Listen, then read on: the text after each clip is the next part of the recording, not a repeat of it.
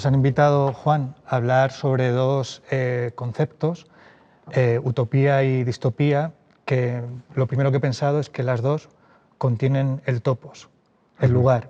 Y tú y yo, que nos dedicamos al teatro, lo primero que... Y estamos hablando en un teatro que es un topos, y un topos donde etimológicamente es un lugar al que se acudía a ejercer la mirada y a ejercer la reunión, como tú muchas veces has dicho, y me atrevería a mezclar esas dos ideas, ¿no? A mirar conjuntamente, a mirar como polis. Lo primero que me gustaría que me dijeras o que conversáramos es sobre, en estos meses que estamos atravesando de pandemia, cómo has vivido tú la suspensión de la mirada conjunta, ¿no? En este topos que es el teatro.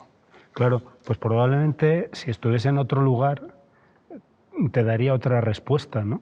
Pero precisamente estamos en un sitio muy querido, muy hermoso, en el Teatro del Círculo de Bellas Artes, donde yo tuve la suerte de ver una obra mía hace años montada por la compañía ferroviaria, un Himmelbeck, pero sobre todo he sido testigo de muchos acontecimientos importantes y he estado, como dices tú, mirando con otros. Yo estos meses los he vivido con preocupación, también los he vivido con dolor y también con alegría, porque he tenido la suerte de reencontrarme con gentes y de estar más tiempo con mi mujer y con mis hijos. Y desde luego he echado mucho de menos el teatro. Creo que hay algo que nos ha sucedido a los que lo hacemos y los que lo amamos, y en realidad los que lo hacemos, cuando hablo de los que lo hacemos, también incluyo a los que están ahí, ¿no? Porque todos, hasta el último espectador, es parte de la representación. Pues todos yo creo que nos hemos dado cuenta de lo importante que es el teatro para nosotros y lo importante que es el teatro para todo el mundo, incluso para los que no van, al teatro. Y de ahí que creo que seguro que has compartido tú esa impresión. Cuando hemos vuelto al teatro estos días, lo hemos hecho con una emoción muy especial, con una alegría muy especial, porque hemos sentido que solo en el hecho de estar ahí con otros había una afirmación de la vida, ¿no? Había un mensaje incluso para los que no van al teatro. A mí me parece que es adecuado vincular teatro y utopía, porque no sé cómo lo verás tú, pero a mí me parece que ya el propio espacio teatral, el teatro, bueno, es significativo que el teatro arte se llame como el espacio donde se desarrolla, ¿no? donde tiene lugar. Me parece que ya la propia idea de teatro y la propia idea de teatro como arte y como espacio es ya de algún modo una imagen de la utopía, porque al fin y al cabo, ¿qué sucede aquí, ¿no? Normalmente, ¿no? Pues viene una gente libremente, para empezar vienen libres, ¿no? Acuden, son distintos y hacen están en una actitud de respeto, de atención, detienen su tiempo para atender a lo que están haciendo aquí unas personas que les ayudan a representar la vida y a examinar sus propias vidas. No es cierto que en el teatro hay buena parte, por supuesto que hay mucho teatro infame y mucho teatro malo, ¿no? E incluso hay teatro maligno, pero no es cierto que en la propia idea del teatro hay muchas de las cosas que amamos, de aquellas cosas que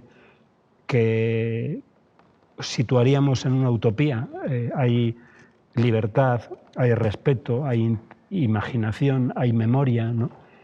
Y hay examen de lo que somos y de lo que podríamos ser. Y por eso me parece que durante estos meses hemos sentido, me parece, ¿no? Cuánto echábamos de menos todo eso y por otro lado, cuánto de bueno puede ocurrir aquí en un escenario, ¿no? ¿Y tú cómo lo has vivido? Pues de modo muy parecido al que tú estás comentando, esa privación de lo amado, ¿no? Lejos de, evitando el peligro de romantizar lo que ha ocurrido, que es un acontecimiento terrible para nuestros ciudadanos, para nuestras ciudadanas, para los que nos rodean, ¿no? Sin olvidar, en primer lugar la gente que ha sufrido, a los que hemos perdido, a los que ya no están, ¿no? Porque a veces sí que observo cierto peligro de romantización de la pandemia. Es verdad que la pandemia es un detener el tiempo, de repente en ese detenerse del tiempo uno ha podido efectivamente pararse y sentir nostalgia. A veces una nostalgia torturante de lo que antes era algo rutinario, ¿no? Como el ir al teatro, poder hacer teatro. Lo he sentido por un lado desde el duelo, de una situación catastrófica y de emergencia con mucho dolor, pero a la vez, como tú dices, dándome cuenta, precisamente por la privación, de la condición excepcional, prodigiosa del hecho teatral y de cómo algo que se ha demostrado muy frágil, tanto que ha sido imposible hacerlo, ¿no? A la vez me ha hecho pensar mucho en el origen del teatro. Es curioso cómo en la ausencia de algo a veces uno recuerda el inicio o el origen del teatro. Y lo que tú comentabas, pensaba en ese mundo casi recién inaugurado para los griegos, ¿no? Intentando aprender a vivir juntos, inaugurando tantas cosas, inaugurando el lenguaje, inaugurando la polis, el modo de vivir lo mejor posible los unos con los otros, cómo de repente en un costado de la ciudad construyen un espacio que no es el legislativo, que no es el religioso, que participa de ellos en cierto modo, pero que se sitúa fuera de los usos rutinarios de la ciudad, ¿no? Y entonces sí que es una máquina prodigiosa, aquella del teatro, y cómo esa máquina que los griegos colocan en un margen de la ciudad para que pertenezca tanto a la ciudad como a la fuera de la ciudad, ¿no? Un espacio realmente cuyas facultades y potencias no son las de la fuera, sin dejar de participar de ellas, ¿no? Un espacio, por lo tanto, asombroso. Y yo he echado mucho de menos el asombro que genera el teatro, ¿no? Que antes era más habitual, y de repente la privación del teatro me ha hecho comprender aún más su naturaleza realmente asombrosa, y a la vez la importancia de la reunión, la importancia porque también nos hemos visto privados no solo del arte de la reunión teatral, sino de poder estar con otros cuerpos. Y hay algo también asomándonos al asunto distópico, ¿no? Donde en la pandemia precisamente ha aumentado otro tipo de reunión, que es la tecnológica.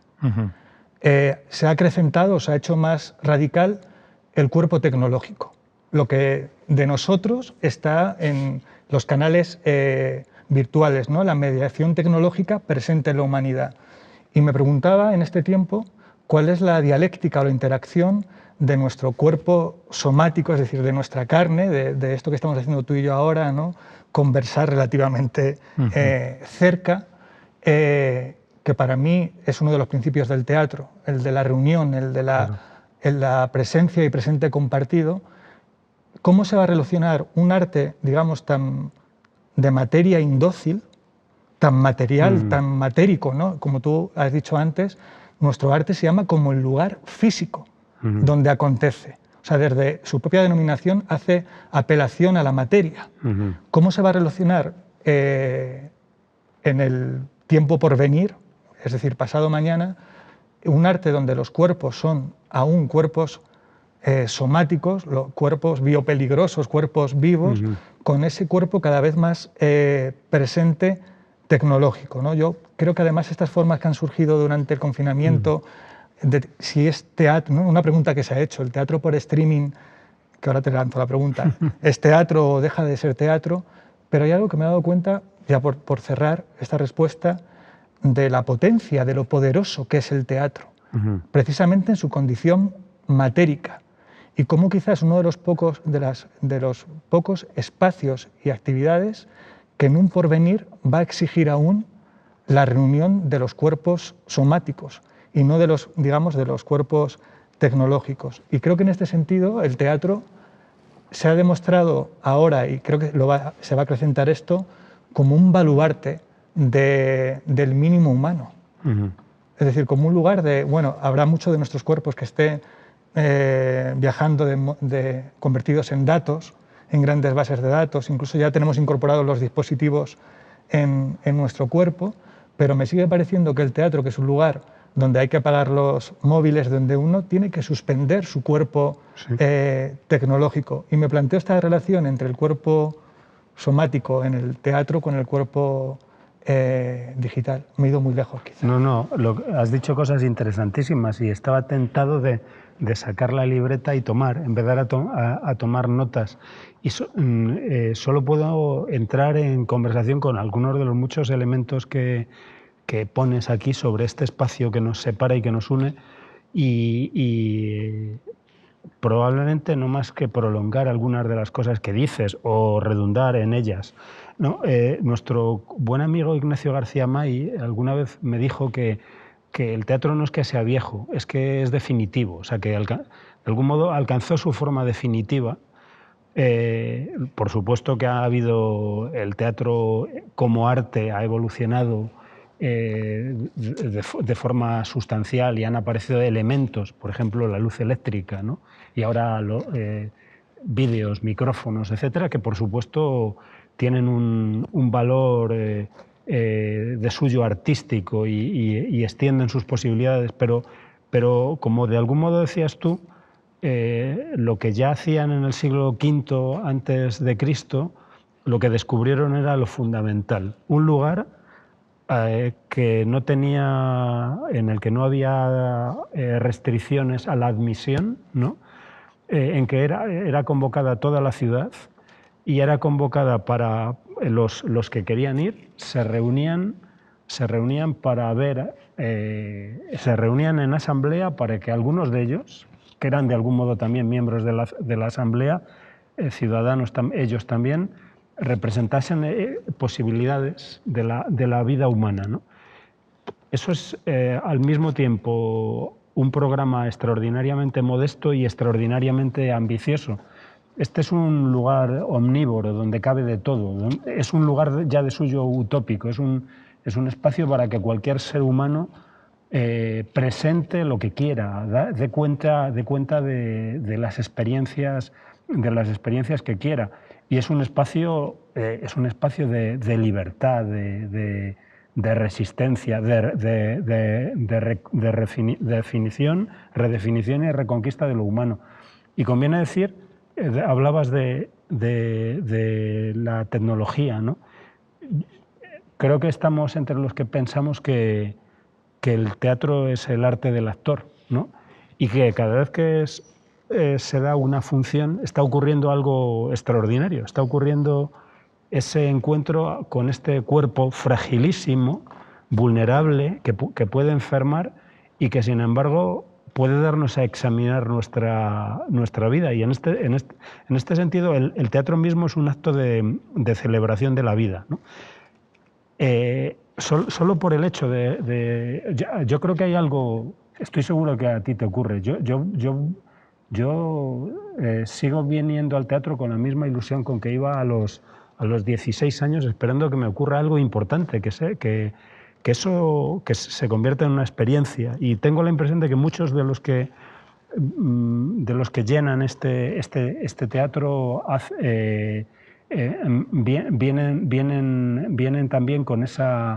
vienen también con esa convicción. Eso, por supuesto, no es el que este sea un espacio de celebración de la vida ya de suyo, no excluye, al contrario, exige a veces presentar lo más duro, lo más severo, lo más inaceptable, aquello de lo que querríamos apartar la mirada. Queremos apartar la mirada de Medea matando a sus hijos, ¿no?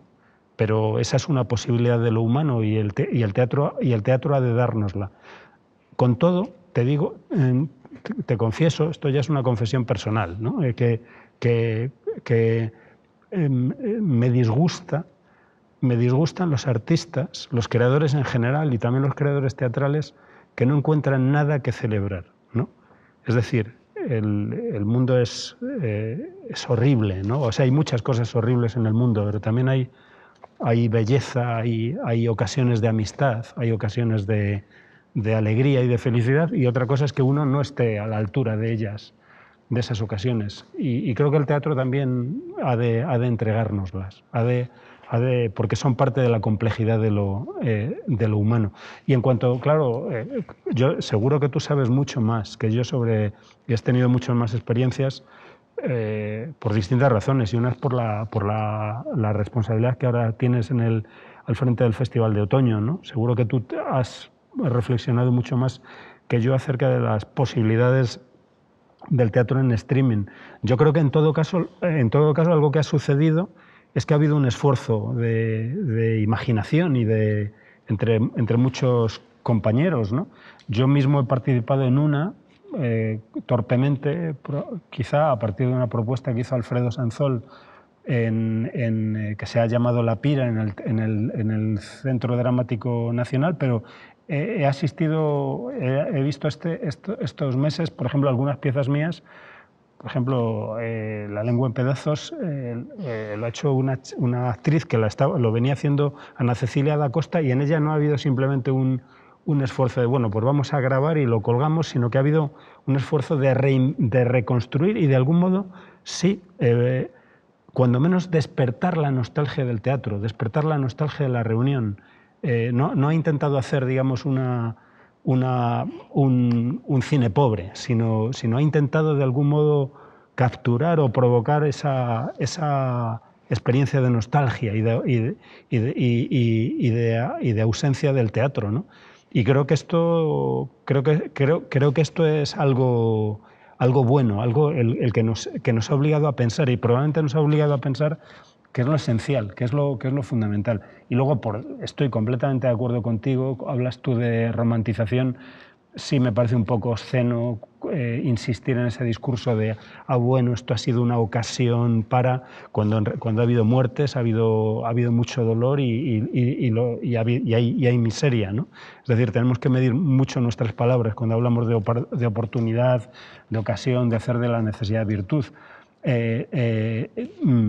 Dicho esto, nuestra obligación, nuestra responsabilidad, yo creo, política y moral, es dar señales de vida, ¿no? Intentar dar señales de vida, es parte de nuestra misión.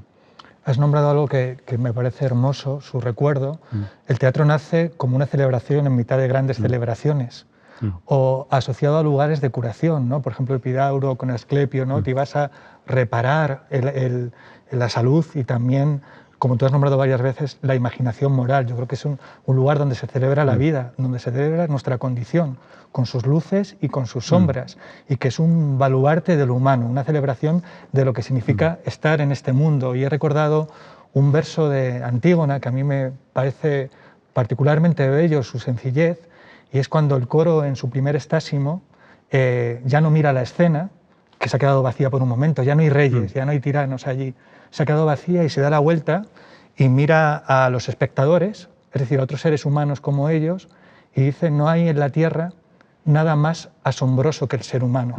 A mí ese verso de Antígona siempre centellea en mi recuerdo y en mi corazón, porque me recuerda cómo el teatro celebra nuestra vida, celebra nuestra vida con sus luces y sombras, pero como bien dices, la celebra, ¿no? Y cómo el teatro ha sido muy generoso, ha sido una arcilla que ha sabido repartirse y generar otras disciplinas y transformarse. Y puede que ahora, en esta situación, el teatro haya ejercido el noble arte del disfraz, es decir, que haya tenido que adquirir sagrados disfraces para sobrevivir, para seguir siendo, para poder guarecerse en este tiempo, o como algunas criaturas quiméricas haya prescindido de un brazo o de una pierna o de algo de su cuerpo para poder seguir vivo, ¿no? Hibernando en espera de poder recuperar, ¿no?, su totalidad, su completitud, que a la vez que, como tú dices, es precisamente resistente por su sencillez. Es de una sencillez infinita, ¿no? Esta cosa de nos juntamos, para hacer teatro se necesita por un lado mucho y por otro lado apenas. Y nombrabas las señales de vida, ¿no? Creo que, y hacía referencia a una de mis encomiendas actuales a cargo de la dirección del Festival de Otoño. Yo siento, lógicamente, dentro de las dificultades, que yo soy un privilegiado, soy muy consciente de la encomienda que tengo ahora, y es continuar con un legado. A mí lo que pienso mucho, se me ha hecho muy presente esa cadena milenaria de hombres y mujeres que a lo largo del tiempo, pese a otras pandemias, otras guerras, catástrofes, a mayor escala incluso que la que estamos viviendo muchas veces, han sabido portear a lo largo de los siglos aquellos artefactos poéticos que ellos ponderaban como valiosos para los descendientes. Y siento que en este momento de de crisis, nuestra labor también es continuar con esa cadena milenaria, ¿no? Para que, pienso mucho en los estudiantes de teatro, ahora pienso mucho en los espectadores del porvenir. No sé si a ti te ha ocurrido, ¿no? También esa idea del legado. Claro. Bueno, me gusta mucho lo que dices y bueno, admiro y envidio muchas cosas en ti, y una de ellas es el modo en que lees a los griegos, ¿no? Porque tienes una capacidad, una especial sensibilidad y una especial competencia para hacerlo. Has dicho de nuevo cosas muy, muy interesantes. Voy a entrar en conversación con algunas de ellas. Una es que decías antes que el teatro es matérico. Yo a veces digo que no hay arte más materialista que este. No hay arte que es... una y otra vez nos vemos obligados, y gozamos con ello, de convertir los límites en ocasión poética, ¿no? Convertir el límite en ocasión poética. O sea, resulta que tú haces la geometría del trigo, y si de pronto llegas, la has hecho en el Galileo y he tenido allí ocasión de aplaudirla, y si lo hicieses aquí, de pronto aparecerían otras posibilidades y otros límites, ¿no? Y ahora esta finitud, esta pequeñez del teatro se ha vuelto todavía más... la hemos acusado todavía más. Es decir, otras formas de representación pueden ocultar o pueden jugar con otras posibilidades tecnológicas que aparten de la mirada esos límites. Nosotros resulta que ahora venimos a un teatro y nos damos cuenta de que, por ejemplo, hay butacas que están bloqueadas, ¿no? para mantener cierta distancia, que hay ciertos protocolos que cumplir. Es decir, el teatro de algún modo también recibe precisamente es atravesado por todas esas limitaciones, pero ahí también está su enorme grandeza, en su pequeñez, en su limitación está también su potencia, a mi juicio, ilimitada. No hay nada que de lo que el teatro no pueda dar cuenta, y por eso yo siempre digo que el teatro no es una antiguaya, sino al contrario, el arte del futuro. ¿Y de qué estamos hablando cuando hablamos del teatro y de la gente? De lo que estamos hablando es de que si hay algo que nos ha revelado, nos ha recordado este tiempo, es nuestra finitud, nuestra fragilidad, nuestra vulnerabilidad, que, dicho sea de paso, a mi juicio, debería conducirnos a éticas y políticas del auxilio, a éticas y políticas de la ayuda, también en el teatro. Y es verdad, qué oportuna ha sido la cita de Antígona, ¿no? Qué asombroso es ese frágil, mendaz, muchas veces vergonzante ser humano, ¿no? Pero cuán digno es cada uno de ellos de libertad, de belleza, de dignidad. Y eso es lo que una y otra vez aparece en el gran teatro, nuestra pequeñez y al mismo tiempo nuestro derecho a la dignidad, a la belleza, y por tanto el derecho a la dignidad y a la belleza de todos los que están ahí. Creo que es fundamental la cuestión de la herencia, ¿no? De la que tú de algún modo hablabas. Bueno, somos un soplo, ¿no? Pero al menos, o precisamente por eso, tenemos que intentar hacer algo que tenga algún valor para que otros lo concluyan. Nosotros ya sabemos que esto es tan breve que no lo acabaremos, pero de algún modo lo que vive es ese flujo de textos, de personajes, de experiencias, y hay de algún modo un autor último y un creador último, que no somos ninguno de nosotros, que lo va armando, ¿no? Cuento a veces que cuando voy en metro paso por la estación, la llamada ahora Estación de las Artes, y me llama mucho la atención esa frase maravillosa de Goya que dice el tiempo también pinta, ¿no? Y uno podría decir, el único que pinta en realidad es el tiempo, y de algún modo nosotros tenemos que aprovechar el nuestro para participar en ello, y eso es parte del juego.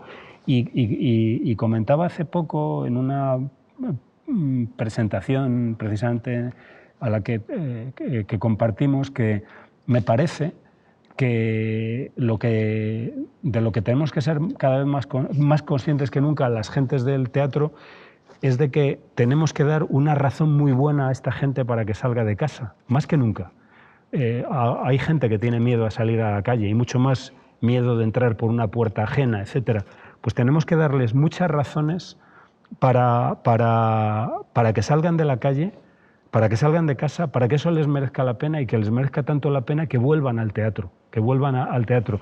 Y ya casi me callo, pero quiero compartir contigo algo que me ocurrió hace ya muchos años en un estreno que tuvo lugar fuera, en el extranjero, al que yo asistí, de una pieza mía, y vi unos espectadores ahí a la puerta, y yo pensé, bueno, estos no han venido aquí porque me conozcan, estos no saben nada de mí ni de mi obra. Y tampoco tienen pinta, porque eso se suele reconocer, de ser parientes o amigos de los actores. ¿Qué hacen estos aquí? En este teatro a las afueras, en este día frío, porque han salido, si tienen una pantalla maravillosa, pues yo creo que pensé, esta gente a lo que ha ido, a lo que viene, es al teatro. No viene a verme a mí, ni mi obra, ni siquiera a estos actores, viene al teatro mismo. Y hay que conseguir que esa gente que va al teatro vuelva al teatro.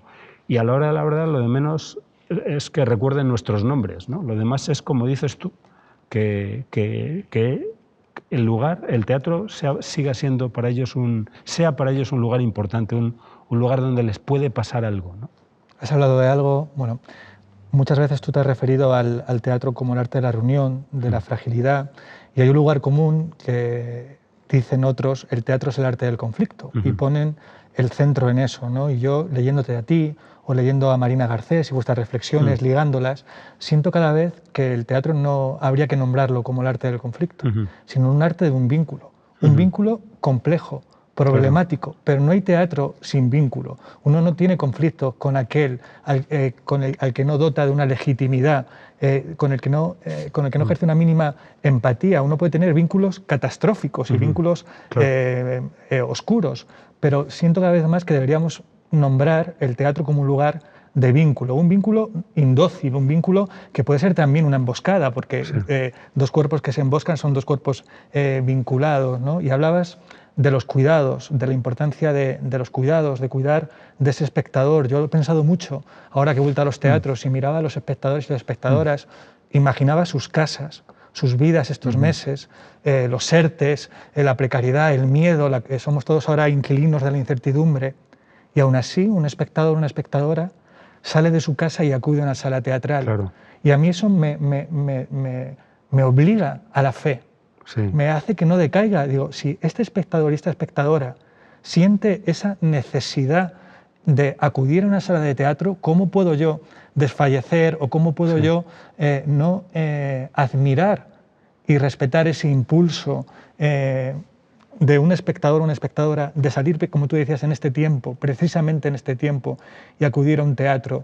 Y yo he sentido en el retorno a los teatros, y creo que lo vamos a sentir también incluso después de esta pandemia, que ojalá termine pronto, esa condición del teatro, de un lugar de vínculo y de un lugar de un cuidado. Y el cuidado no siempre es amable, ¿no? Y cuidarse también es encarar, ocuparse de aquellas zonas hostiles, oscuras, aquello que nos causa, como decía el verso de Sófocles, asombro, ¿no? Pero que al final es decididamente humano.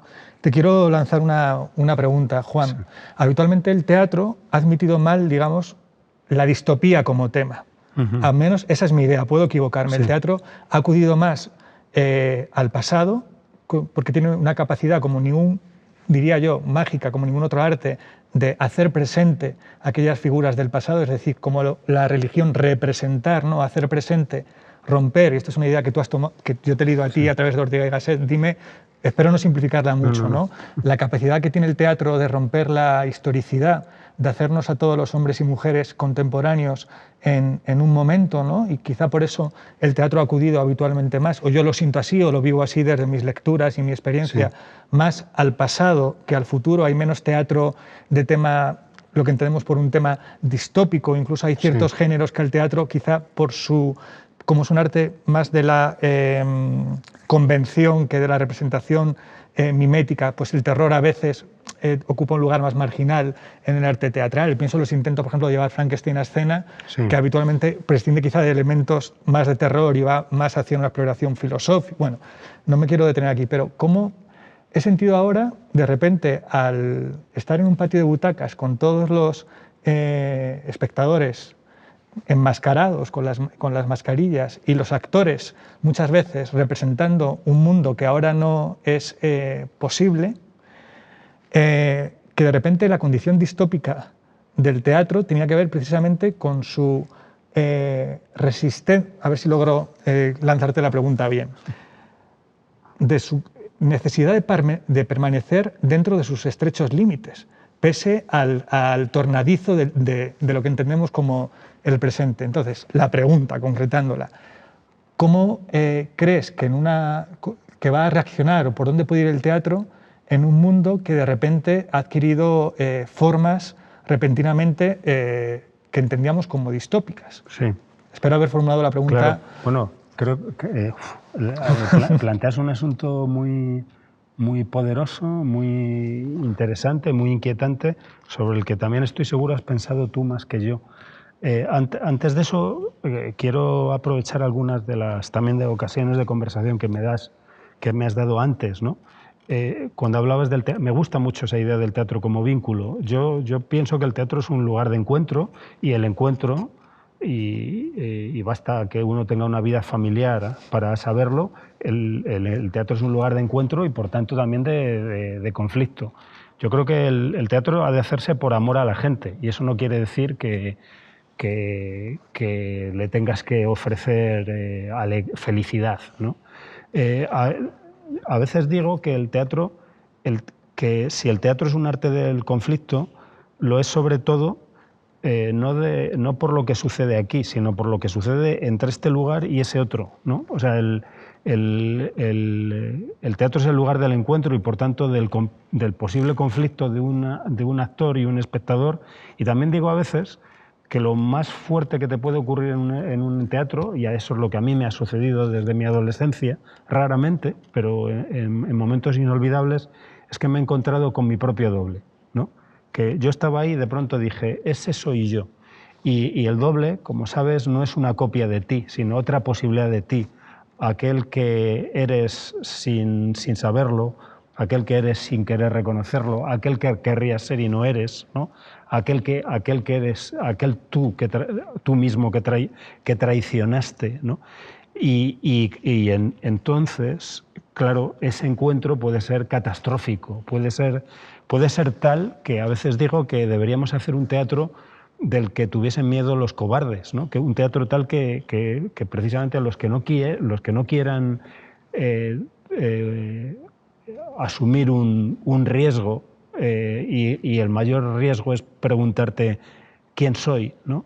Pues no entrarían, ¿no? Fíjate, dices bien, este es un lugar de encuentro de los que están aquí y de los que están allí, de los que están allí entre ellos. Hace poco tuve que contestar unas preguntas en torno a la vida de sueño, que tuve el honor de versionar 2 veces, y comentaba que no he olvidado, siendo un chaval de 17 años, haber visto el montaje magnífico, a mi juicio, en mi recuerdo, de José Luis Gómez en el Teatro Español. Y yo recuerdo que, bueno, iba con mi amigo Javier, que es con el que siempre iba al teatro, ¿no? 2 adolescentes que íbamos al teatro, y recuerdo que Javier estaba a la izquierda y a mi derecha había un tipo con barba que estaba diciendo en voz baja el texto, ¿no? Y digo, y nunca olvido a ese hombre barbudo que de algún modo estaba recreando lo que estaba pasando. Y cuando alguna vez he tenido la misión de versionar un texto, he recordado a ese hombre y he pensado, a este hombre no hay que defraudarlo, porque este hombre está, como dices tú, ha venido aquí porque quiere tener un encuentro, ¿no? Que no debes decepcionar. Y luego, qué asunto tan interesante el que planteas, ¿no? Claro, probablemente me atrevo a preguntarte a mi vez, ¿la distopía o el teatro se resiste a aceptar la distopía como asunto, pero también se resiste a aceptar la utopía? Alguna vez he dicho que no hay nada que envejezca tanto como el futuro, ¿no? Y que muchas veces la presentación de futuros distópicos u utópicos deviene muy pronto risible, ¿no? Y si no atendemos al futuro, no estoy contestando, estoy entrando en conversación. Si no atendemos al futuro, ¿por qué es? Quizá porque una cita a menudo es un fracaso, ¿no? Entonces uno cita algo porque no es capaz de con su propio discurso avanzar hacia ninguna parte. Pero recuerdo ahora aquello que decía Benjamin, de que nuestra imagen de la felicidad solo se podía construir a partir de la imagen del pasado fallido. Es decir, que nuestra imagen de una felicidad futura en realidad solo se arma a partir de la observación de lo que no pudo ser, de lo fracasado, de que nuestra imagen de la felicidad no se realiza a partir de la felicidad de nuestros nietos, sino de la infelicidad de nuestros abuelos, ¿no? O de los momentos de felicidad que ellos tuvieron, ¿no? Y entonces quizás es que el teatro, estoy especulando, quizá es que la misión del teatro es examinar lo que ha habido y lo que pudo haber, y lo que hubo y lo que pudo haber, y mostrarnos, por otro lado, que nada de lo que ocurrió fue necesario, que todo pudo ser de otra manera, que por ejemplo pudo no haber el exterminio de los judíos europeos, pudo no haber el exterminio, pudo ser evitable, y pudo ser evitable la guerra civil, ¿no? Y han podido ser evitables todas esas pequeñas o grandes formas de dolor de las que el teatro da cuenta. O sea, bueno, quizás sí, la misión del teatro sea el examen de lo que ha habido y pudo haber y de lo que hay, y no tanto, y así, de algún modo, esto es lo que los filósofos acaso llamarían una vía negativa, ¿no? Es decir, en lugar de presentar una idea de la justicia, lo que presentas es experiencias de la injusticia, porque conociendo la injusticia, presentándola, en ellos se puede formar una idea de la justicia. Creo que te he contestado muy torpemente. No, al revés, y por especular contigo, sí, o por añadir algo con torpeza a la idea que has dicho, en esas tareas de la memoria, porque el teatro también ha hecho de la memoria uno de sus sustratos fundamentales, y la memoria no es solo la presentación factual del pasado, ¿no? Sino la lectura ética. Claro. ¿Cuánto del pasado nos sigue sucediendo? ¿Cuánto esto, como decías tú, era evitable? Creo que en relación al futuro, quizá ese ejercicio que tú has nombrado tan precisamente, sí que tengo un movimiento hacia adelante prospectivo en la labor de vigilancia. Es decir, que el teatro, haciendo presente los horrores acontecidos, ¿no? Y que podían haberse evitado, quizá está lanzando una bengala hacia un futuro, a un porvenir de cuidado. Estad vigilantes, sí, porque estos horrores que han sucedido pueden seguir sucediéndonos con otras formas que aún no podemos nombrar, y que quizá el teatro, por esa materialidad de la que hablábamos antes, no es capaz de presentar con tanta potencia, pero quizás sí la labor de vigilancia, ¿no? Y uno, por ejemplo, se asombra de la contemporaneidad de los trágicos ¿no? de los clásicos, no solo de los clásicos del teatro, de lo que consideramos el corpus clásico, para explicar fenómenos que desde nuestro presente no encontramos aún las palabras, sino acudimos a esos reservorios de experiencia humana, ¿no? Y quizá por completarlo sí que hay algo, una potencia de vigilancia en el teatro, ¿no? Hacia el futuro, de lanzar una bengala hacia los hombres y mujeres que están construyendo a cada segundo el futuro, de cuidado con cuáles van hacia dónde se dirigen vuestros pasos, porque aquellos que recordamos nos han llevado, siguen sucediendo, ¿no? Eso quizá... Claro, bueno, me interesa mucho lo que dices. Yo no siento una simpatía por el género distópico, más allá de que en ocasiones, de algún modo, la distopía ha sido un recurso para hablarte de un presente que ya estaba ahí, ¿no? Creo que esto es lo que consigue, por ejemplo, Margaret Atwood con su novela ahora muy popular, el cuento de la criada. Está hablando de un presente que ya estaba ahí. Yo modestamente hice un ejercicio que algunos han recordado con una pieza que se llama Angelus Novus, en que de algún modo también intentaba hablar sobre mi presente utilizando, o sobre un presente inmediato, utilizando ese recurso de aludir al futuro. Pero en todo caso, no siento una simpatía por digamos, ese tipo de distopías que parece que lo que te dicen es asústate, ¿no? Que échate a temblar, ¿no? Porque digo, pero bueno, si lo peor ya ocurrió, ¿no? Si venimos de un siglo en que un siglo en que hubo el exterminio de los judíos europeos, entre ellos más de 1 millón de niños condenados por su nacimiento. Sin embargo, de Auschwitz y de otros muchos lugares viene una paradójica luz que, como dices, puede advertirnos sobre la supervivencia de lógicas sacrificiales, de lógicas de acoso del ser humano contra el ser humano. Y diré un par de cosas más. Cuando estoy recordando, pienso en 2 de tus obras, ¿no? La geometría del trigo y la piedra oscura.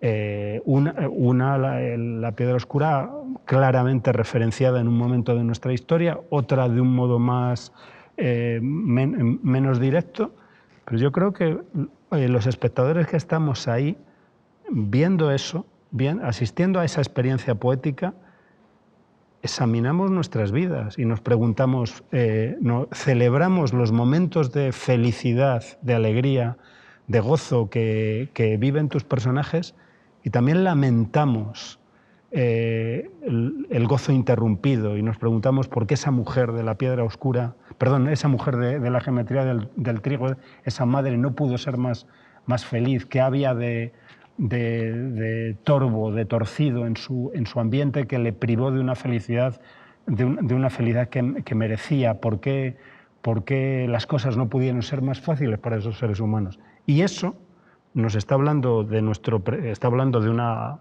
España de un cierto tiempo, pero nos está hablando también de nuestro presente y desde luego de nuestro futuro. Y desde luego nos advierte, nos pide, estad atentos. Y de algún modo convierte este lugar en un espacio de detención, ¿no? Y eso tiene que ver con algo que ha venido ocurriendo en este tiempo. A menudo se utilizaba todo se ha parado, ¿no? Y yo me preguntaba, bueno, se ha parado, pero ¿a dónde íbamos? ¿Sabíamos a dónde íbamos? Y creo que el teatro es ese sitio donde, como dices tú, que está en la frontera, está al margen y al mismo tiempo en el centro, donde podemos pararnos y podemos preguntarnos, pero ¿dónde íbamos? ¿Dónde vamos? No sé si estamos llegando al límite del tiempo. Yo te quiero lanzar una pregunta que tiene que ver con la utopía y que tiene que ver con los maestros, y que tiene que ver con la vocación, porque uno tiene maestros entre los que nunca he conocido y maestros que tienes la suerte, por ejemplo, mi suerte de haberte tenido a ti como maestro, digo, en la RESAD, en la Real Escuela Superior de Arte Dramático, y lo sigue siendo cada día, cada vez que voy a ver una de tus obras, o leo una entrevista, o leo uno de tus ensayos, y uno es consciente de la importancia de en relación a la utopía de los maestros. Te digo porque tú fuiste tiempo antes de llegar, de que tuviésemos la suerte de incorporarte a la tripulación del teatro, profesor de instituto. Luego estuviste muchos años también impartiendo escritura teatral y dramaturgia en la RESAD. Y para mí, muy rápido, descubrí en ti esa condición del magíster, ¿no? Del maestro. Y muchas de tus obras, ahora por ejemplo aquí cerquita se está representando El chico de la última fila, ¿no? Donde también está esa figura del maestro, del profesor. Y te quiero preguntar en relación a la utopía, ¿no? La importancia que para ti tiene la figura de los maestros en el cuidado de una vocación, ¿no? Porque para mí, hablo de cualquier vocación, porque a veces la gente del teatro a veces nos achicamos el imaginario, pero tú por fortuna has vivido ecosistemas muy distintos, ¿no? Estos que he nombrado, y te quería preguntar a ti si estos días te has recordado como maestro, si has pensado en los maestros y maestras ahora, y lo digo en relación al cuidado de la vocación, ¿no? Sea cual sea la vocación de cada ser humano, y que entiendo la vocación como un impulso que hace que no quiera incorporarse dócilmente a la cadena de reproducción y de generación y consumo, ¿no? De repente alguien tiene una vocación, la que sea, porque cada oficio es noble y sagrado, ¿no? Y te quería preguntar, quizá por terminar, y porque creo que es una pértiga hacia el futuro, ¿cómo observas tú esa relación entre el maestro, la vocación y la utopía? Claro, jolín, gran asunto. Bueno, primero, yo creo que yo tengo el privilegio de todavía enseñar y de haberlo hecho, y no es falsa retórica decir que he tenido la suerte de tener magníficos alumnos, ¿no? Y de los que he aprendido mucho. Uno de ellos eres tú, otros han sido alumnos, ¿no? Me da vergüenza decirlo, compañeros, ¿no? En la RESAD o ahora en la Carlos III, y antes en mis experiencias en el instituto. Y cuando pienso en la enseñanza, siempre recuerdo una frase de Walter Benjamin, a quien vuelvo a citar, creo que esta vez con pertinencia, ¿no? Decía Benjamin algo así como que, me gusta mucho recordar esa imagen, ¿no? Dice Benjamin, la escuela no debería ser el lugar de dominio de una generación sobre otra, sino el lugar de encuentro de dos generaciones. Me parece una idea formidable. O sea, la escuela como lugar de encuentro de dos generaciones. Ya solo eso presenta una imagen utópica de una sociedad que tuviese una escuela así. Sería una sociedad más rica, más poderosa, más capaz de resistir. En todos estos días he pensado mucho en compañeros que son docentes y también en los docentes de mis hijos, y siento una extraordinaria gratitud hacia aquellos que han sido capaces de mantener, como decías tú, el vínculo, que han tenido un compromiso muy especial con sus alumnos y se han buscado la vida para mantener conexión con chavales que en algunos casos pues tenían problemas de acceso a la tecnología o que no vivían en un ambiente que precisamente propiciaba ese contacto. Creo que es extraordinario lo que algunos maestros han hecho. Y yo creo que sí, que es muy importante que, claro, permanentemente hay una tensión que se acusa en la escuela, en la escuela, en los institutos, en los colegios, en la universidad, de que hay que, de algún modo, ser capaces de convertir a esos chavales, a esas chicas y esos chicos, en gente capaz de conseguir un puesto de trabajo. Y eso es muy importante. Pero también es muy importante hacer que esas gentes ayudar a esas gentes a que encuentren su propio lenguaje, a que sean capaces de construir sus propios textos, a que sean capaces de criticar los textos y las ficciones que los rodean, a que sean capaces de hallar su propia voz, a que sean capaces de resistir, a que sean capaces de ser también indóciles y a que sean críticos de su propia docilidad. En lo que se refiere a la docencia artística, hay para mí siempre la gran cuestión ha sido cómo conseguir, y tiene que ver con la noción de experiencia que tú ponías hace un rato sobre la mesa, cómo ser capaces de ofrecer tu experiencia y al mismo tiempo no ahogar, no asfixiar la voz de ese otro que no tiene por qué decir lo que dices tú ni decirlo como dices tú. Pero creo que tratas un asunto fundamental que creo que está en el centro de la cuestión. De la cuestión.